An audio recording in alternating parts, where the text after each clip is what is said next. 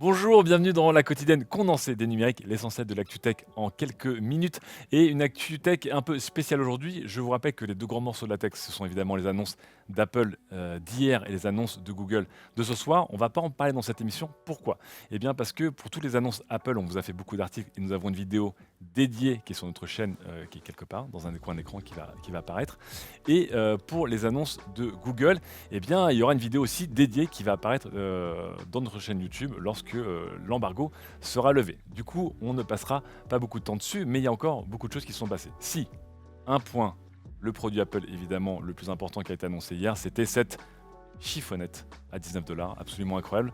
Évidemment, elle vous permettra d'essuyer vos appareils iOS dans une soyance totale et qu'elle, j'imagine, rayera les appareils Android. Et plus sérieusement, regardez-moi cette compatibilité, hein, vraiment. Apple, dans le suivi, c'est toujours les meilleurs et ça valait bien 19 $, la chiffonnette. Ils sont vraiment trop forts. Allez, plus sérieusement, commençons avec deux objets qui viennent d'être annoncés, enfin l'un qui vient de fuiter. Regardez-moi ça, on dirait un casque de soudeur, mais en fait non, c'est une nouvelle lampe connectée Ikea. On n'arrête plus la marque suédoise qui va proposer du coup un partenariat avec Spotify pour cette lampe connectée qu'on attend très bientôt. Autre produit qui fera plaisir à certaines personnes que l'on appelle les Potterheads, les fans de Harry Potter, eh bien une smartwatch dédiée à Harry Potter. Regardez, c'est OnePlus, non, qui n'a pas créé la baguette de Suro, mais qui a juste apposé des petites décorations poudlaresques sur 20 sur sa montre, la OnePlus Watch, qui, on vous le rappelle, est une montre sympa sans plus pour nous. Le prix sera un peu plus élevé, on passera de 200 à 225 $ pour cette montre. Attention, elle ne sera en vente que en Inde, mais de toute façon, rien n'arrêtera les fans d'Harry Potter de l'acheter en import à 3 fois son prix, bien sûr. On termine enfin avec les produits qui ont un peu fuité avec des écouteurs intra-auriculaires. Et non, ce ne sont pas les AirPods 3, je vous rappelle, on a une vidéo dédiée pour ça. Ce sont les casques de l'autre marque d'Apple, Beats, je vous le rappelle, et bien, qui, après avoir proposé des Beats Pro, propose des Beats Fit Pro et on se retrouve donc avec des casques sportifs qui n'ont plus l'arceau autour de l'oreille mais l'arceau bien à l'intérieur de l'oreille pour assurer un maintien plus solide dans vos activités les plus extrêmes. On attend de voir, les Beats Pro étaient des produits plutôt intéressants. Ici on récupérera encore une fois la puce H1 d'Apple pour évidemment pairer dans l'écosystème d'Apple facilement. Nous aurons un boîtier qui montera jusqu'à 30 heures de recharge cumulée. Bref, on attend de voir ces petits écouteurs prometteurs pour ceux qui aiment la sueur. En parlant de ces petits processeurs à semi-conducteurs, allons voir notre fondeur favori, TSMC, le géant taïwanais, qui répond à Samsung. Je vous rappelle que le géant coréen avait, il y a quelques jours, montré un peu sa roadmap pour ses futurs processeurs, et notamment la finesse de gravure. Eh bien, TSMC lui emboîte le poids et tient surtout le rythme. On parle du coup de 3 nanomètres en finesse de gravure d'ici 2023, 3 nanomètres enhanced, bon, on va dire un 3 nanomètres plus dense en 2024, et les fameux 2 nanomètres en 2025.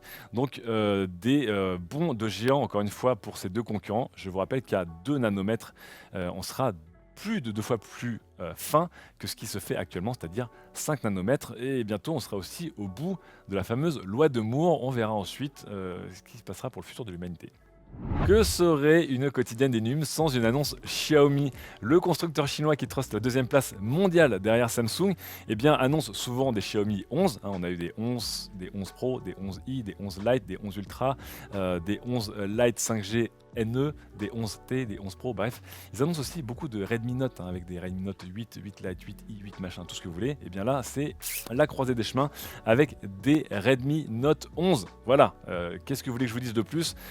Pour le reste, vous l'avez deviné, ce seront des téléphones grand format avec le maximum de fonctionnalités dans le minimum de prix. On parle donc d'un grand écran à 120 Hz OLED, on parle d'un SoC MediaTek Dimensity, de batteries de 5000 mAh avec des charges entre 33 et 67 watts, un module photo à 50 millions de pixels dans le Note 11 et 108 millions de pixels dans le Note 11 Pro, le tout pour un tarif entre 200 et 270 dollars, 200 et 270 euros, pardon, hors taxe. Bref, vous connaissez la spécialité de Xiaomi, on rentre la max dans un prix le plus serré possible. Passons maintenant à l'automobile et on ira en Allemagne, on ira en Angleterre et on ira en Chine. On commence avec du coup l'Allemagne, Porsche, si on le prononce bien, le constructeur mythique. Et bien justement, en parlant de constructeur mythique, la 911, c'est son modèle mythique, et on vient de passer un cap symbolique. la Taycan, qui je vous rappelle la première Porsche 100% électrique, vient d'être plus vendue que la Porsche 911 entre janvier et septembre 2021. De rien du tout, 600 petits exemplaires en plus, enfin 600 exemplaires de voitures à 100 000 euros quand même, mais les différents modèles de Taycan, que ce soit les Taycan S Turbo et Turbo S et la Cross Turismo, eh bien ce sont plutôt bien vendu, 28 640 exemplaires, c'est-à-dire plus que les 27 972 exemplaires de la 911. C'est peut-être un passage de flambeau et peut-être un mot encourageant pour Porsche qui, je vous rappelle, comme tous les constructeurs de véhicules, on va dire sportifs et un peu cultes comme Ducati, Ferrari ou Lamborghini, eh bien, a toujours peur que ses clients continuent à préférer les voitures et les véhicules thermiques pour le petit bruit de moteur.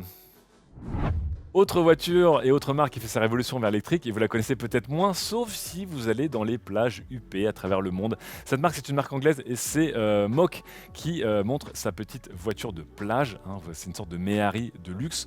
Vous allez voir 35 000 euros pour juste 144 km d'autonomie pour ce véhicule qui a un design un peu différent du Porsche 911, je vous l'accorde, mais qui permettra, c'est le point important de ce communiqué de presse, 5 allers-retours entre le Cap Ferrat et Monaco, et c'est important parce que vous savez, la vie des gens qui vivent entre Cap Ferrat et Monaco, elle n'est pas facile tous les jours et ils veulent pas trop polluer, et donc pour eux, eh bien, il y a désormais une voiture.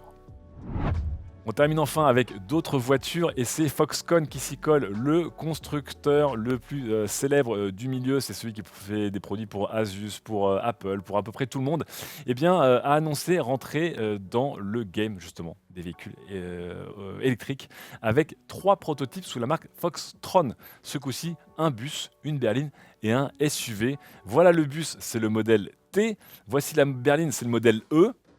Toute ressemblance de nom avec une marque américaine est complètement fortuite. Et puis voici le SUV, c'est le modèle C. Ce sont des prototypes mais très haut de gamme puisque ce SUV serait vendu 300 000 euros.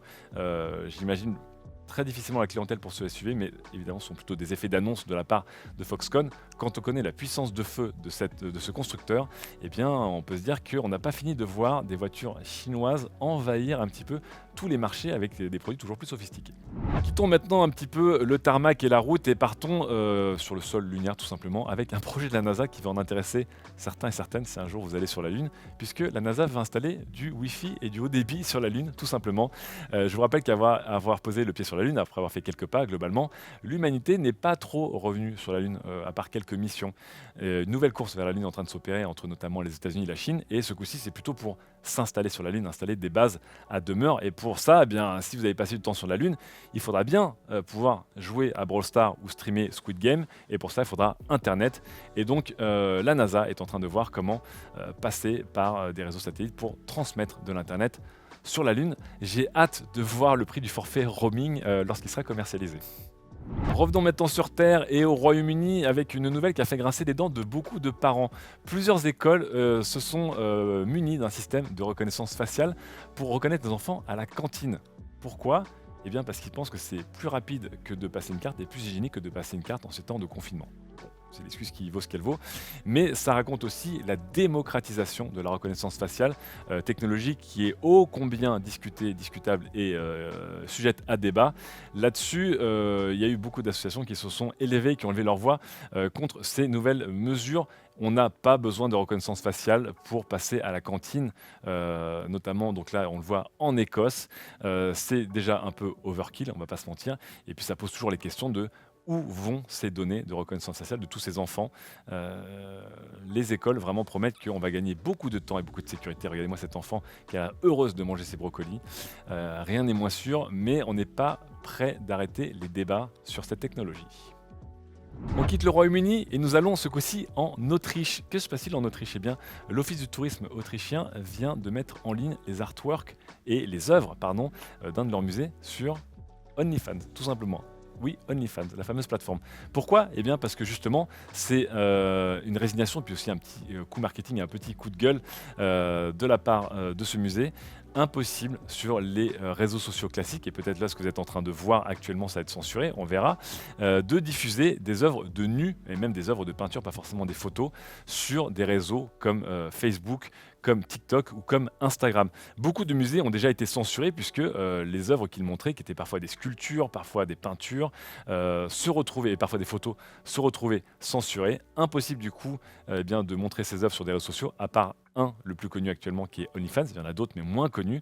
Et donc, c'est un coup du musée de Vienne sous la houlette de Helena Hartlauer pour eh bien, pousser un coup de gueule. Et effectivement, les règles aujourd'hui de censure autour des organes génitaux ou des poitrines ou des tétons, notamment des femmes, sont sujets à beaucoup de débats puisque ce sont plutôt des lois ou des approches très américaines, on va dire, et très anglo-saxonnes sur ce type de censure qui ne sont pas évidemment avec les mêmes sensibilités chez tout le monde. En attendant, eh bien, c'est peut-être le moment de lâcher vos premiers euros sur OnlyFans, puisque je vous le rappelle, aucun d'entre vous n'a jamais été sur OnlyFans, bien sûr. On termine avec aussi de très jolis visuels. Ceux-là passeront plus facilement sur Instagram et peut-être sur vos lunettes. Est-ce qu'ils passeront facilement sur vos lunettes?